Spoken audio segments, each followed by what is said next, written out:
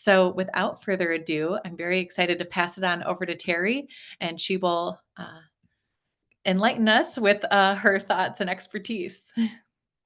No pressure, right? Yeah. Well, thank you, Kelsey, and I'm really honored to be able to be speaking to all of you today. When Carnegie asked me to offer a session that addressed integrated advancement and integration more broadly, I immediately thought of the proverb that is of uncertain origin. Some say it's an African proverb, others say it originates in other places, but the proverb has the following suggestion: that if you want to go fast, go alone. If you want to go far, go together. And I thought that was really important wisdom for thinking about the possibility of increasing your impact and your effectiveness when you take the time to go together and integrate with others who share some of the same goals that you do. And I realize in higher education, that's not always easy. So we're going to have a session that's divided into 3 parts.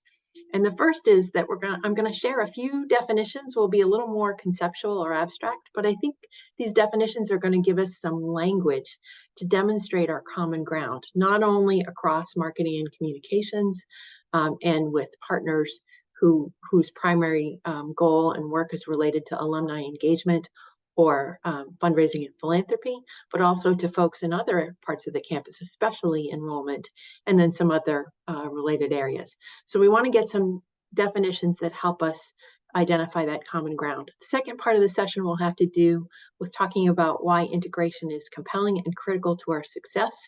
And the third part, I'm going to give you some examples of integration and tools to help you consider how to improve the integration on your campus, kind of starting from wherever you are. So without further ado, let's go into that first part that relate to definitions. Most of you know that I'm the Executive Vice President at CASE, which is the Council for the Advancement and Support of Education. And it is an organization that's dedicated to advancing education to transform lives and societies. And we have a mission that kind of encompasses broadly the work that people do to champion the success of their institutions. So while the term advancement sometimes connotes to people specifically fundraising, actually it's broader than that. It has to do with all those who champion the success of their institutions. And if you look specifically at how we define advancement, CASE says that it's a strategic integrated method of managing relationships to increase understanding and support. That support is really important among educational institutions' key constituencies. And that includes internal and external communities, supporters, and stakeholders. And the reason that this definition is important to this conversation is that element of increasing support, because our jobs have to do with building value for the institution that relate to our strategic goals.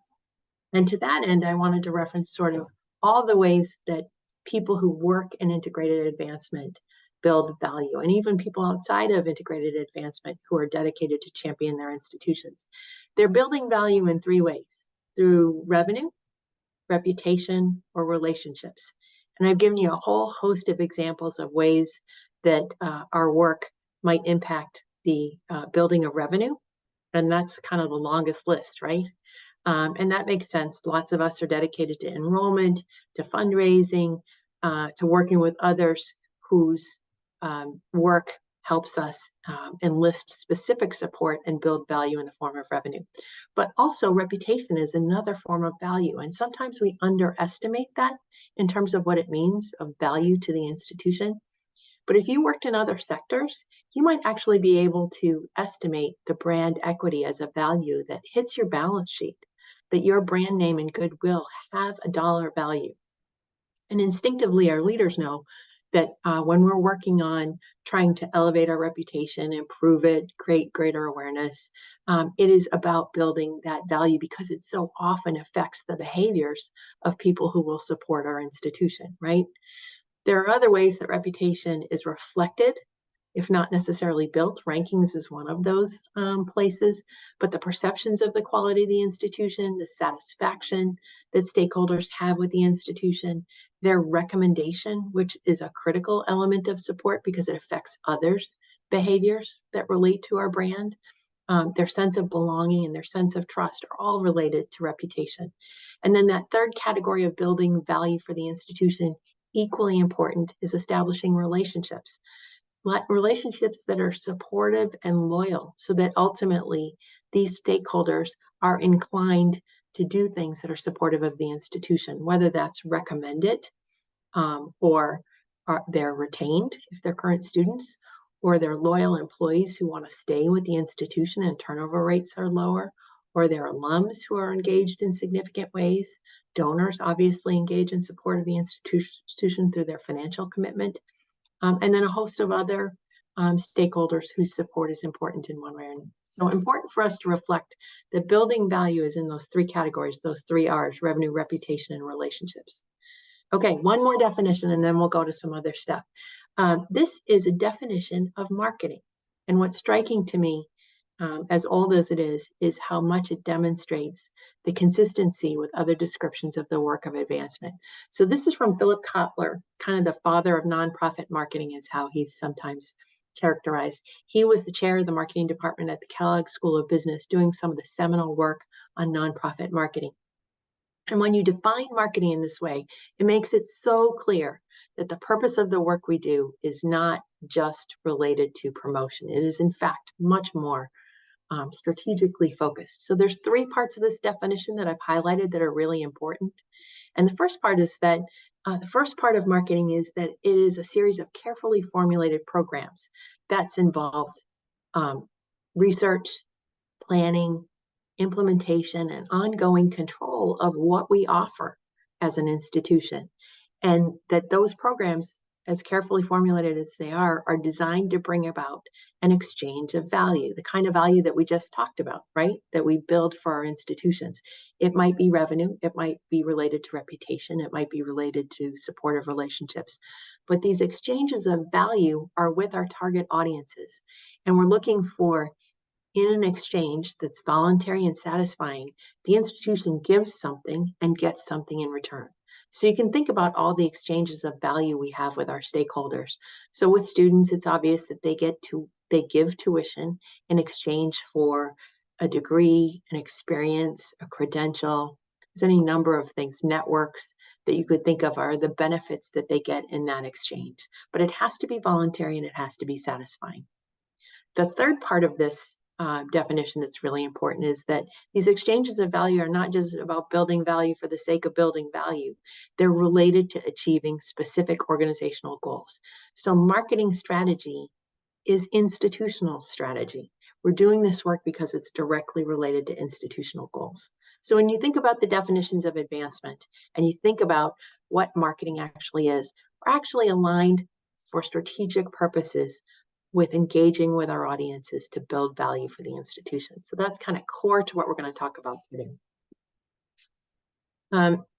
I wanted to include the voice of one of my professional mentors. Larry Lauer was one of the original higher education marketing practitioners who professionalized our work. And he wrote quite a bit for CASE and in other publications. He's an octogenarian. He's still writing a blog on a periodic basis, but he wrote quite a bit about the importance of integration.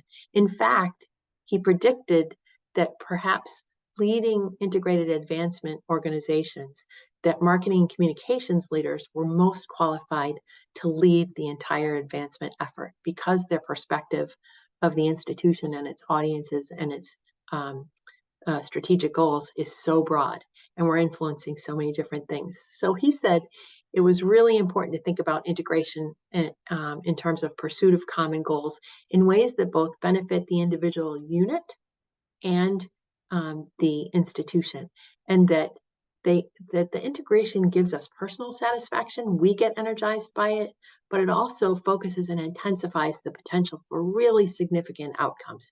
That goes back to that proverb at the beginning of this conversation, that our impact can be enhanced when we work together, and it feels good to do it. And the contrary is true as well, right? When we feel like people are holding us, stiff-arming us from another department, or they're not willing to work with us, you can see the lost opportunity or the waste or the frustration that comes from that. So we want to think about modeling good integration. which gets us kind of to the beginnings of our next part of the session, which is why integration is compelling and critical. So I would like you to think about this questions maybe in the abstract, but also literally you could ask this question of your business office, your budget officer, your CFO, your chief marketing communications officer could certainly engage in a conversation like this. But you'd want to think conceptually about what's the total operating budget for the central marketing communications organization. Very often that's less than the total you see in other buckets. But if you thought about what the total operating budget, and by operating budget, I mean not staff salaries, but everything else that we spend and invest in marketing and communications, what's the total operating budget dedicated to marketing or communications in these other offices? Just to take the academic slice of things that relate to marketing and marketing strategy. If you look at the budget in admissions, if you have graduate admissions office or offices, the budget in your colleges and schools, in the advancement function, if you just looked in those areas and you thought about how your budget for a central operation could be combined for impact if you work together with these other offices, what a tremendous opportunity that would be. And then you could think about what could we do if we leveraged these investments so they were all working together. You would, one, save time and money, probably time over time. It takes a while to collaborate at first, but you would save money in terms of all the redundancy, all the repetition of ways that the things that are conceptually being used to express the brand and the position of the institution, if it's being echoed through the efforts in other departments. And you're building on each other's equity. So everything that's invested in these other units in marketing and communication, if it's leveraging the same platform and messages, are going to be elevating what you are trying to do through your own investments. And in total, you increase your impact. And here I'm going to ask Kelsey. I know we did some advanced polling and we asked some folks, about departments they'd like to work with. Kelsey, could you just tell us kind of what those two polls look like? Yeah, if you are in your Whova app and you click on the polls section, we've got two questions in there. And the top one being, what's the one department you'd most like to collaborate with if only they were willing? So we've got a few different responses here. Academic affairs, athletics, human resources, alumni, admissions, financial aid, alumni again, athletics and marketing, academics. All the usual suspects, right? Yep. And we won't tackle all of these today, but the principles that we're going to talk about for trying to establish a more collaborative relationship with the department with whom you'd like to work are going to be applicable. And some might be more of a reach than others, but I want you to think about where you could start.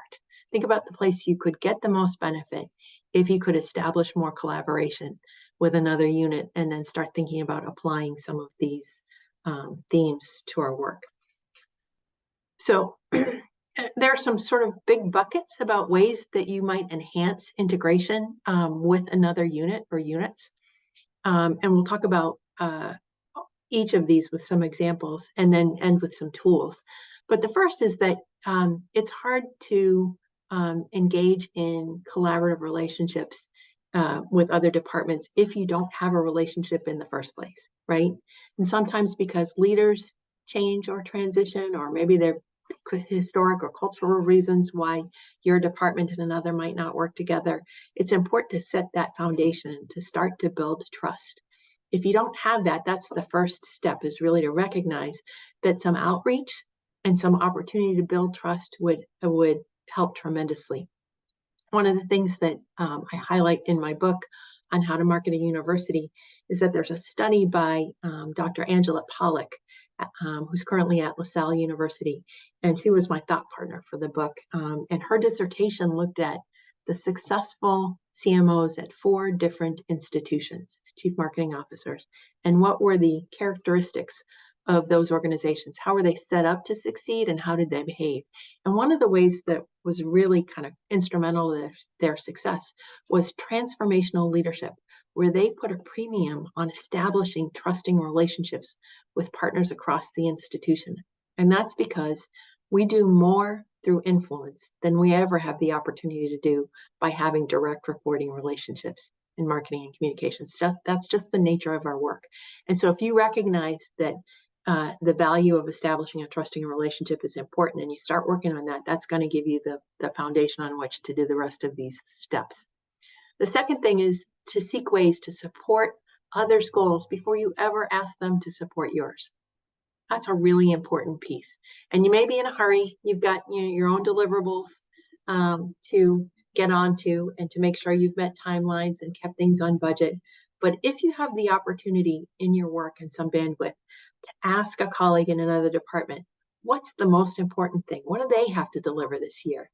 And you think about how you could support them in that work, you might come up with the basis for proving to them that marketing is really a lot more than promotion and gives you the opportunity to provide value in terms of common goals. And I'm going to cite an example from someone who was in the case office this week, who's from a very large public university, who was trying to help colleagues in other departments on campus, including deans in colleges and schools, the vice president for advancement, the vice president for enrollment, to think about transitioning their marketing strategy to be a more data-informed marketing organization.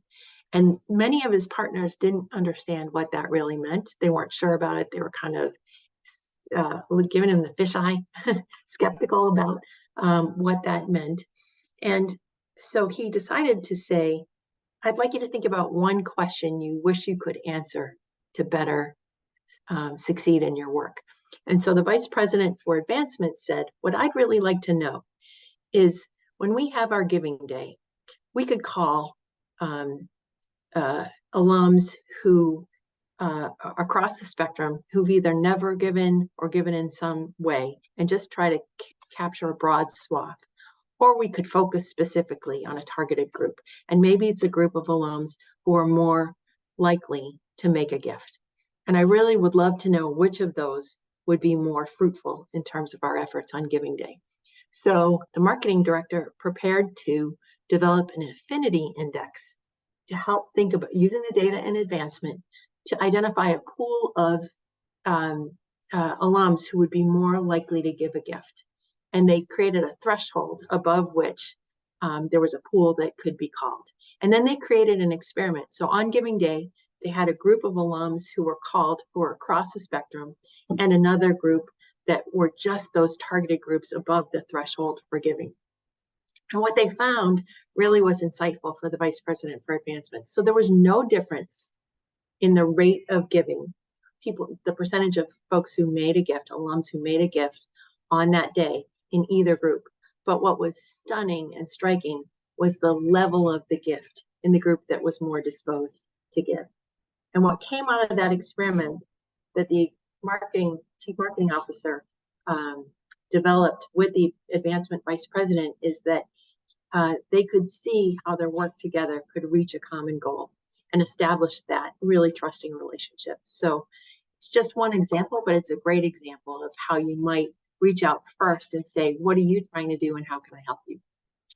So that goes to the point about finding common ground related to institutional goals. If you swap notes about what you're both trying to do, maybe you see some place where you could work first and work together. And that's always going to elicit trust. So think about those things. And then the last piece is that there's some tools to help kind of nudge this along that are common in higher ed and in other sectors to integrate the brand. And we're going to talk about some of those next. I wanted to give you an example that's a recent example. Last night, I was at Marriott International headquarters for an event for customers who give a lot of business to Marriott. And they were showcasing their new international headquarters. And this is the International Test Kitchen, where Neil O'Connor was sharing how they lead the food and beverage effort within Marriott International. So here we have an example of brand integration in the hospitality sector. And Neil was saying that Marriott has 3 levels of hotel properties, and they call them select, premium, and luxury. So there's not like low, medium, and high. They don't use those terms, but you can get a sense. So the select properties are hotels that do not have their own food and beverage manager. So they don't have somebody that's thinking about cocktail of the month and promotional sales that use seasonal ingredients, or what the menu should include. For select properties, the executive chef and the kitchen at Marriott headquarters develop everything from menus to recipes to photography for the menus that they use digitally and in print. They basically provide the whole soup to nuts for the food and beverage operation at the select hotels.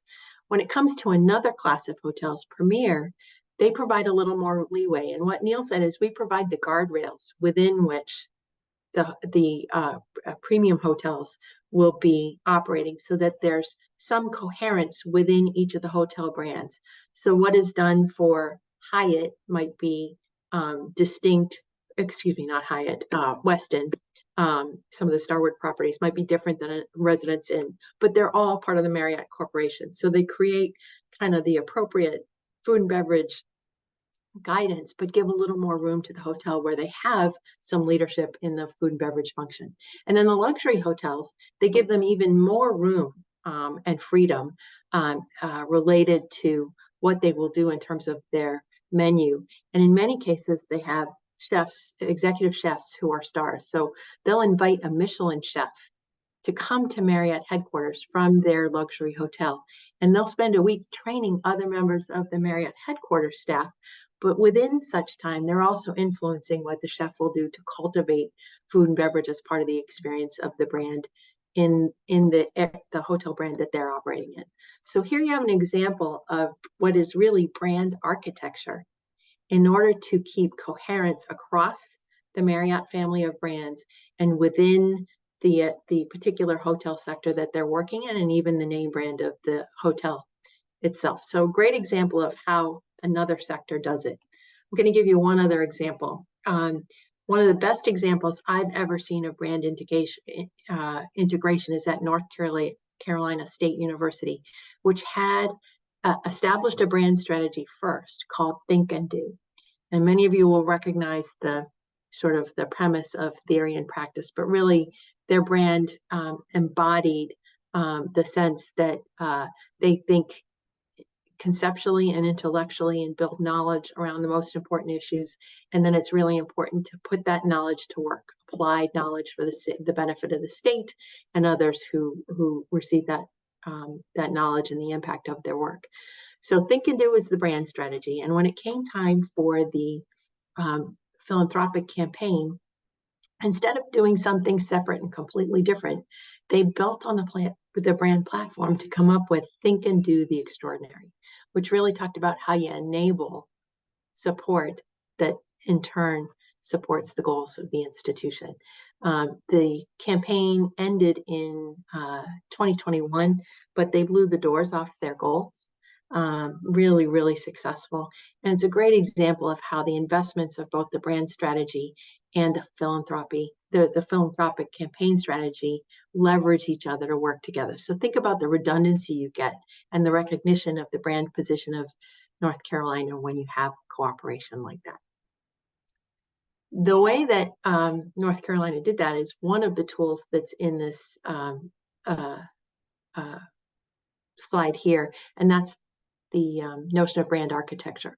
So at North Carolina State University, as part of their brand platform, they think in advance about organizations that are absolutely tied to the direct delivery of the mission of the institution. And those organizations should and must use the university's brand platform and all of the tools that are perfectly aligned with the brand expression, the logo, all of the other things that you are familiar with.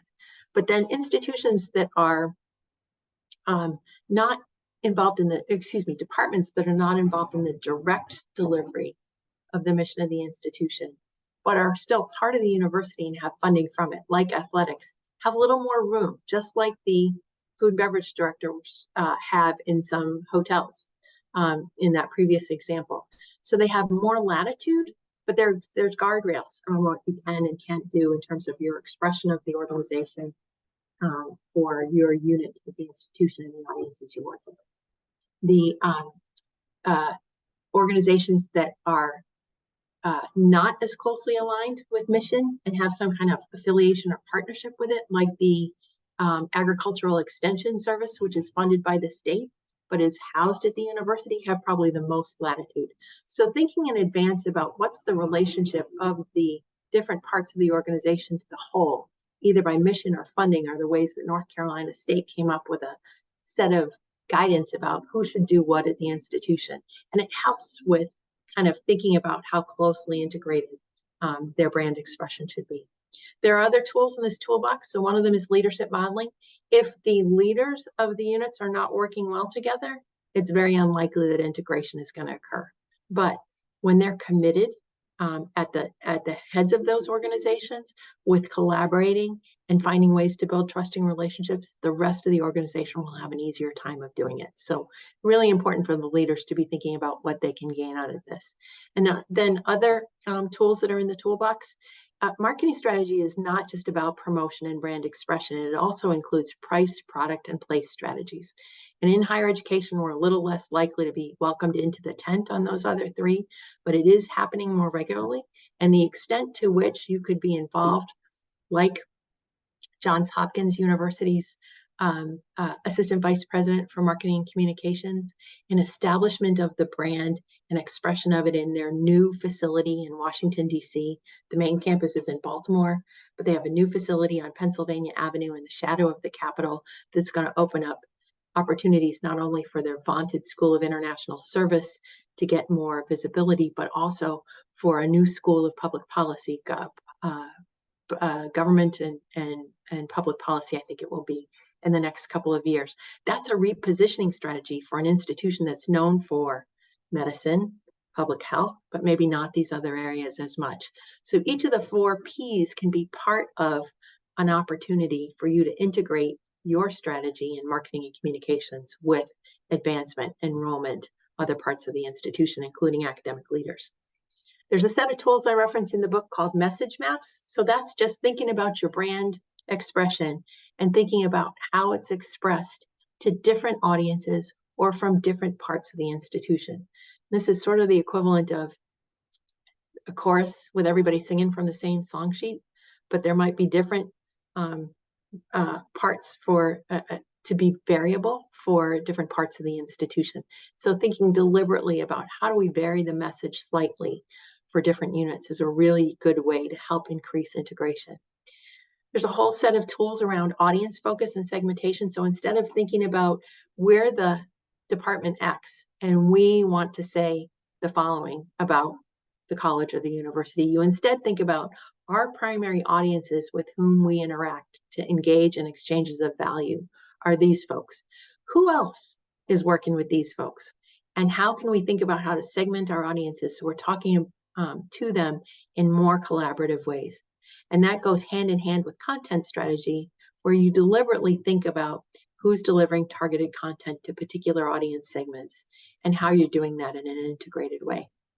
Lots more in the book if you're interested about details on that. And then finally, one place that really kind of enhances integration, I would say sometimes forces it, is when you implement new marketing technology. Many folks are thinking about customer relationship management systems and content management systems. In the past, higher ed has had lots of those, and we're starting to invest in enterprise-wide systems that are integrated. And you know that in marketing, you can't really do all that you need to do if your CRM and your CMS are not integrated, right? You can't do digital marketing without those two things being put together. So when you introduce the opportunity for a CRM, for example, that more or all of the institution is going to use, you start thinking about who's interacting with whom, gets to some of these other issues, and it starts to increase the possibility for collaboration and integration. So investing in new marketing technology as an important kind of business strategy could help you with some of the tools for integration. Kelsey, before I kind of continue, are there any questions that we should be answering from folks in the session? No questions have come through. Okay, And don't hesitate to ask the questions via the Whova app, or we can see the questions in the Q&A section in Zoom too. good, thank you.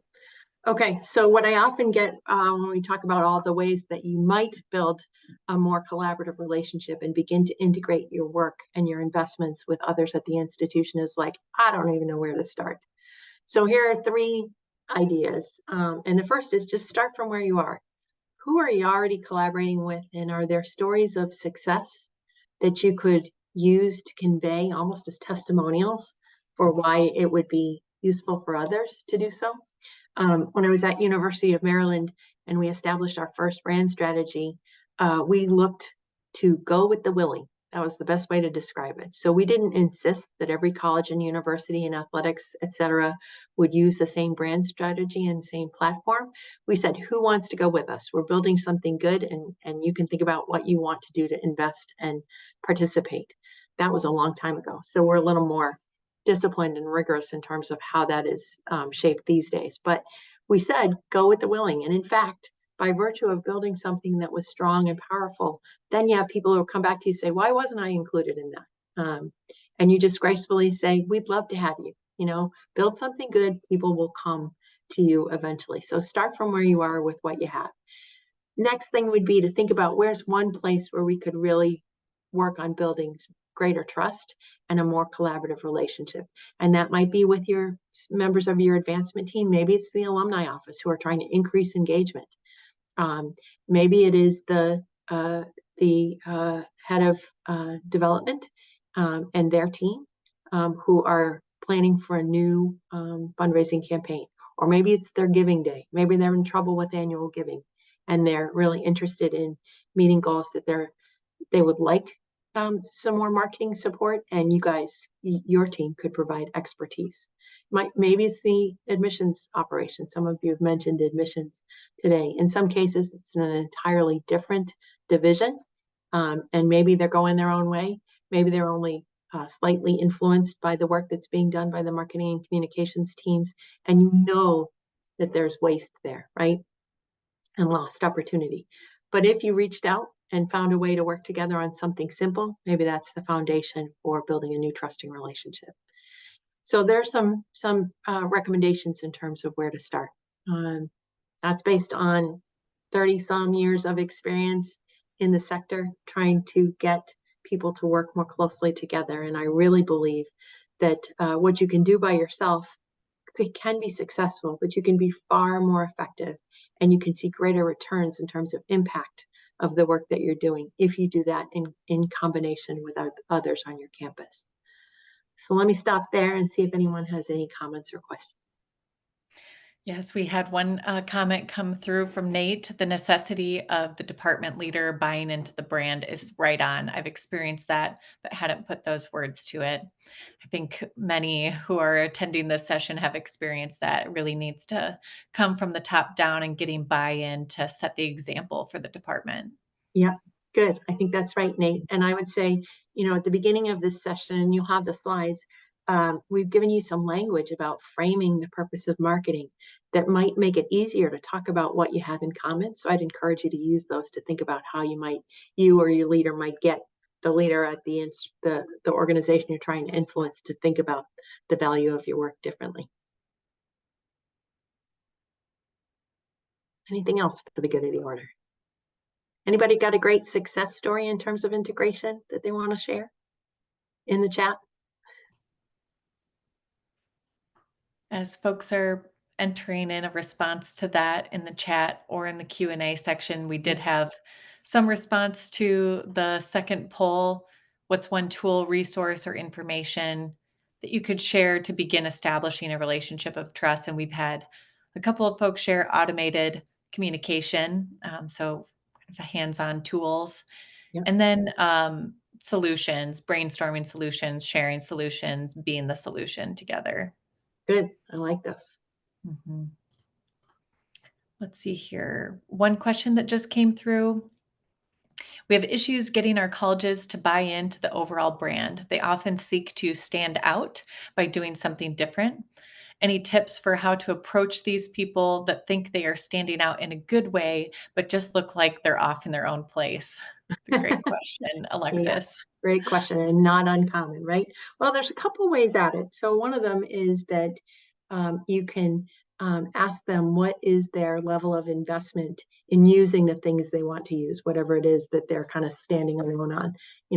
How frequently do members of their stakeholder audiences see and hear that which they're investing in? What's the frequency and what's the reach of those messages? They might not even know, but you could introduce that conversation. We often find that I sort of think about colleges and schools, and their reflection of the band is sort of like the equivalent of NASA astronauts who have a specific mission. And they create these badges, these patches that go on their uniforms that have lots of little detail on them, but you can't see them even from 10 feet away. When you get up close, you see all of the graphics have really important meaning related to representation of the mission. What I find with colleges and schools is what they are holding on to so importantly is what they want to represent about themselves. But they don't really think about how that can be recognized or recalled effectively because they don't have the frequency and the reach, or they don't have the investment to do it. So if there's a way into that conversation to ask some questions about that, maybe that's one way.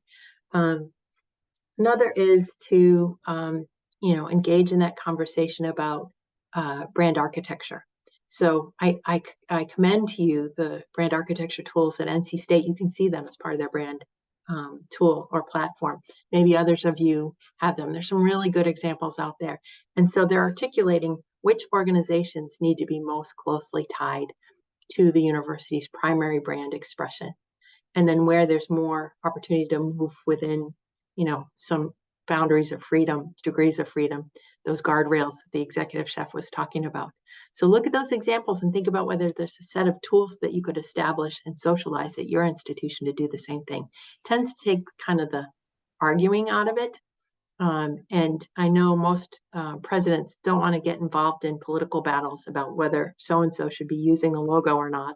That's not capital they want to use. But if you have a system that's based on some rationale that makes sense, that could be really helpful. Absolutely. We have quite a range of attendees joining us today from different areas and responsibilities on campus. What would you say the role is of social media marketing as it plays into advancement and/or fundraising campaigns? It's huge. It's absolutely huge. So if by advancement you mean specifically fundraising and alumni engagement, it's really, really important. So we have, at CASE, we have a means of measuring alumni engagement that we're recommending to institutions. 4 categories of engagement. One of them is communication. And you can't track and count an engagement through a communication category unless it's two-way. And social media is the easiest way to demonstrate two-way communication between a member of a stakeholder audience and the institution. So just in terms of measurement, it's tremendously important. But it is certainly better for engaging audiences who are younger than boomers and are more powerful, have more emotional resonance. So there's a lot of advantages. I think we have the experience at institutions of many people being involved in social media. How many Instagram accounts do you have at your institution?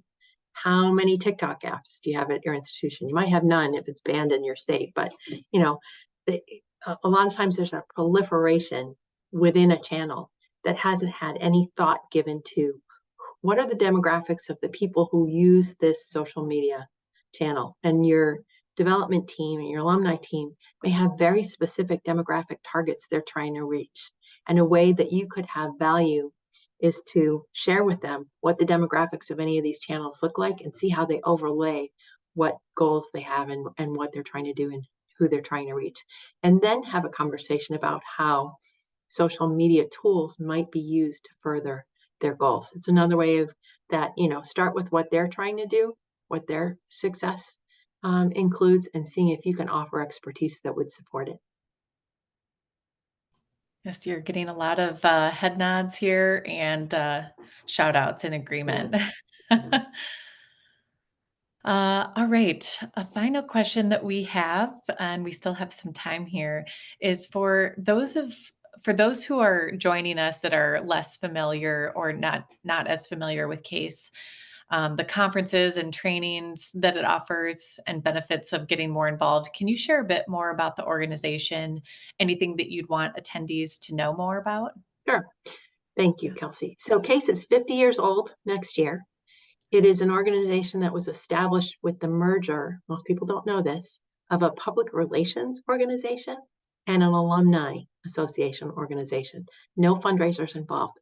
Um, and so if you have this sense that CASE is a place for development people, that's a really limited view of what the experience includes. We do have a strong brand association with fundraising, and a lot of our content and training has been oriented, particularly in North America, to that piece. But that is not all that it offers. So we're the organization that defines the competencies and standards for people who champion their institutions through integrated advancement. And so that includes marketing and communication professionals. One of the things that's distinctive about CASE and kind of cool is that we're a global association. So we represent 3,000 colleges, universities, and independent schools all across the globe in 80 different countries, representing nearly 100,000 professionals who engage in this work. So it's a really wide global network. And while many of our members will engage with us through conferences and training, we have 75 or 80 conferences a year. So unlike some organizations where there's one big national conference a year, we actually have 4 signature conferences in each of our regions. So in North America, every year, we have a summit for leaders. We have a advancement conference in Europe. We have an advancement conference in the Asia Pacific region, and we have something called Congresso in Latin America every year. And those are kind of our biggest convenings and gatherings of practitioners in each of the disciplines, not only fundraising, but alumni engagement and marketing and communications. And then there are specialty conferences, often that are smaller. A good one for this group is the annual conference on marketing and branding. This year we hosted that in Seattle. We had close to 300 professionals who are marketing communication professionals, an awesome faculty. If you know Kanari Sejpal at University of Redlands, she's the chair of the conference this year, puts together a great group of really influential faculty speakers who are kind of at the edge of practice and thought leadership in the field. It's a great way to kind of stay up to speed on best practices in our work. So that's a little bit about CASE. If you don't know, you can check and see whether your institution is a member. It's an institutional membership by coming to case.org or shoot me a note. I'd be happy to check for you. You could also check with your equivalent of the vice president for advancement or development and alumni relations. If you have a VP for marketing communications, certainly ask them. But the membership is for the institution. So everyone who works at the institution who's engaged in this work has access to all the benefits of CASE membership, including a 40% discount on all our conferences, all the content that relates to a career journey in marketing and communications over time and the other disciplines, and then opportunities to interact with people across the disciplines at some of our conferences. Thank you, Terry. That was really helpful. Good. No more chats or questions here in the Whova app. Very good. Yeah.